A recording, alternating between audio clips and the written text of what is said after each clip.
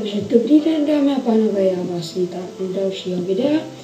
A tohle video je na jak si stáhnout Call of Duty Modern Warfare 3 a Call of Duty Modern Warfare 2.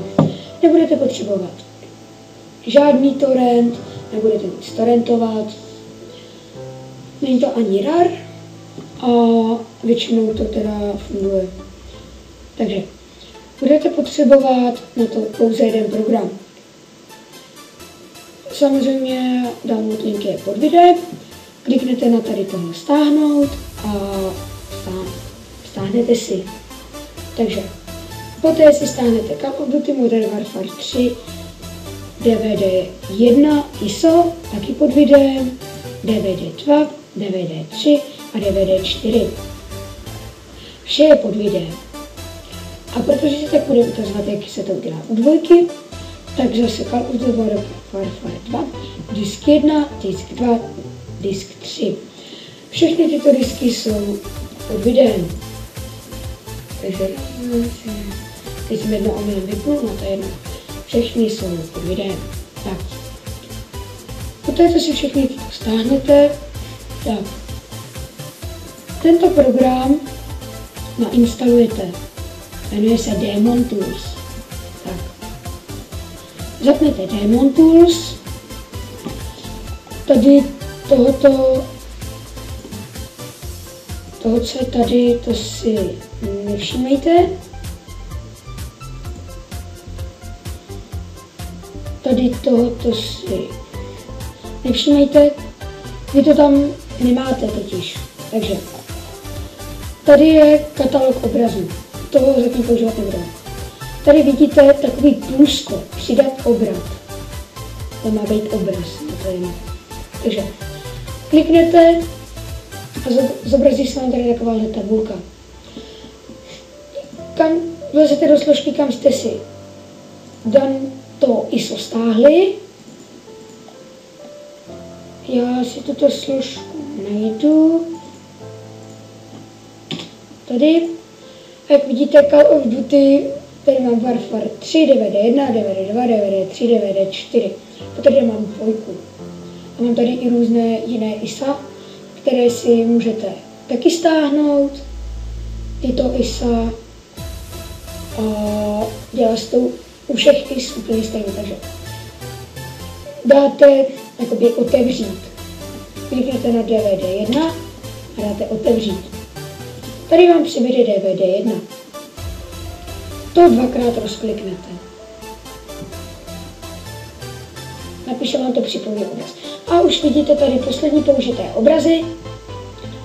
Tady vidíte Call of Duty Warfare 3, takže normálně jako když instalujete hru, spustit setup.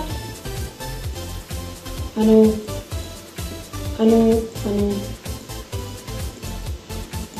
Vyberete složku, kam to chcete nainstalovat.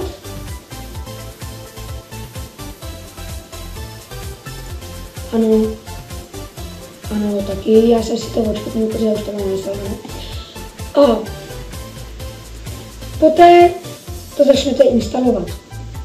Začne vám tam nabíhat taková ta čára jako u normální instalace. A poté se to zastaví.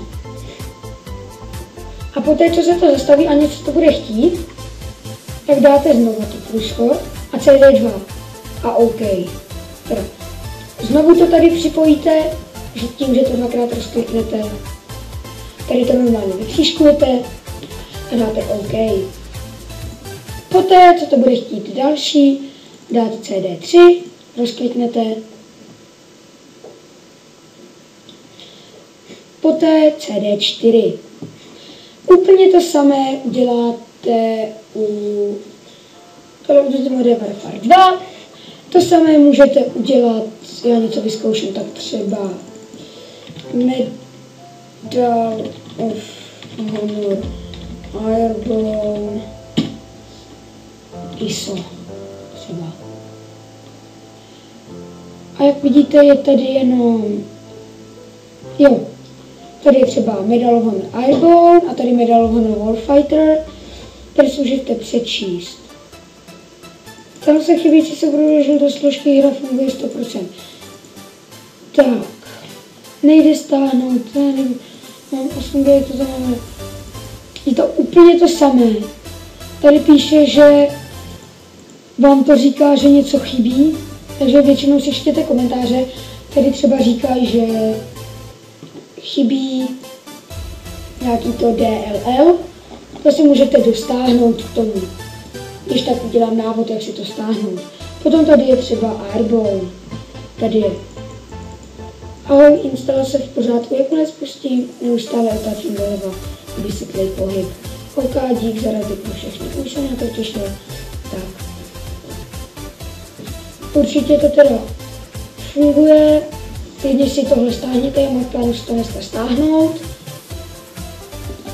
ten Arbol, a vlastně to je úplně tak všechno, co bych vám tak měl ukázat. Já se kouknu ještě, jestli je tady třeba Battlefield Bad Company 2, kouknu, jestli je to ISO. A jak vidíte, Battlefield Bad Company 2, ISO. Jak vidíte, jsou tady ISA,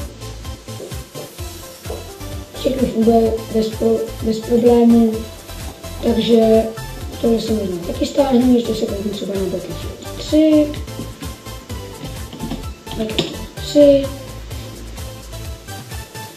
Jo, ISO,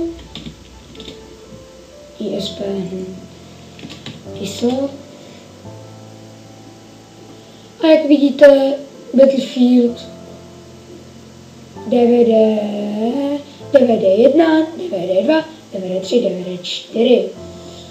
Zase nastahujete a nainstalujete, tak mě teď volá kámoš, takže já se s vámi pro toto video loučím, vidíme se u dalšího videa, jak doinstalovat DLL.